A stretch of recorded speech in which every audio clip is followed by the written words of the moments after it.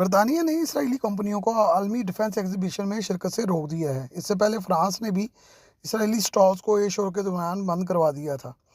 برطانیہ کی حکومتی ترجمان نے ایک بیان میں کہا ہے کہ کسی اسرائیلی وفد کو بھی آنے کی اجازت نہیں ہے۔ اس کی بڑی وجہ غزہ میں تباہ کاریوں کو بند نہ کرنا ہے۔ فی الحال اسرائیلی کمپنیوں کو انفرادی سطح پر ٹریڈ شو میں شرکت سے منع نہیں کیا گیا، جو ستمبر 9 سے 12 ستمبر تک ہوگا۔ برطانیہ کا DSEI شو ہر 2 سال بعد سجایا جاتا ہے، جس میں ہتھیاروں کی اور ٹیکنالوجی کی جو اسٹال ہیں وہ لگائے جاتے ہیں۔ فرانس نے اسرائیلی کمپنیوں کو ایئر شو میں آنے کی اجازت دی تھی، لیکن ملک کے اندر دباؤ کے باعث اسرائیل کی کمپنیوں کو ڈسپلے سے روک دیا گیا تھا۔ اب یہی صورتحال برطانیہ میں ہے کہ برطانیہ اپنے ملک کے اندر جو دباؤ بڑھتا جا رہا ہے اس کو روکنے کے لیے اسرائیلی کمپنیوں پر پابندی لگانے اور ان کو روکنے کا مکمل طور پر جائزہ لے رہی ہے۔